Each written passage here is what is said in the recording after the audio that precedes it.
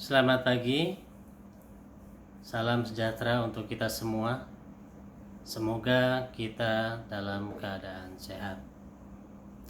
Pada pertemuan pertama, kita sudah membahas tentang bagaimana mengintegrasikan data dari Microsoft Word ke Microsoft Excel. Demikian juga dari Microsoft Excel ke Microsoft Word, baik dengan cara copy paste dan dengan cara lainnya. Demikian juga kita sudah membahas tentang bagaimana mengintegrasikan data berupa grafik dari Microsoft Excel ke Microsoft Word.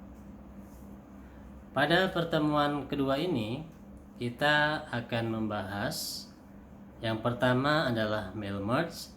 Yang kedua, kita akan membahas tentang bagaimana mengintegrasikan data dari Microsoft Excel ke Microsoft PowerPoint. Yang pertama, mail merge. Pernahkah kalian mendengar istilah mail merge? Istilah mail merge dalam arti kata mail adalah surat, merge adalah gabungan atau surat gabungan. Tetapi pengertian mail merge sendiri adalah dia ada sebuah fitur yang terdapat di Microsoft Word yang digunakan untuk membuat sebuah surat, berupa label, berupa sertifikat juga bisa, di mana data yang digunakan tersimpan dalam sebuah database atau dalam sebuah spreadsheet atau tabel lainnya. Dalam hal ini, data tersebut tersimpan di Microsoft Excel. Ada dua hal yang penting dalam proses pembuatan mail merge ini. Yang pertama adalah surat induk atau surat master yang nanti akan diintegrasikan dengan data. Yang kedua adalah data itu sendiri. Apabila dalam database terdapat misalkan 5 data yang akan diintegrasikan dengan Microsoft Word, maka file induk tersebut akan mencetak sebanyak 5 berdasarkan data yang tersimpan di Microsoft Excel atau database. Sebagai contoh, misalkan kalian ingin membuat undangan kepada 100 orang. Apabila kita belum mengetahui fitur ini, apa yang dilakukan? Yang pertama, mungkin dia membuat surat induknya sesuai dengan isi yang ingin disampaikan dalam surat undangan tersebut.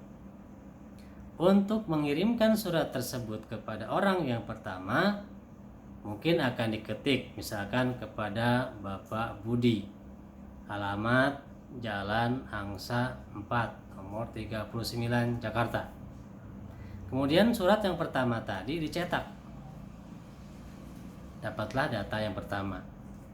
Lalu untuk membuat surat yang kedua yang akan dikirimkan kepada penerima yang kedua, apa yang dilakukan? Kemungkinan dia akan menghapus nama yang pertama tadi, kemudian diganti dengan nama yang kedua.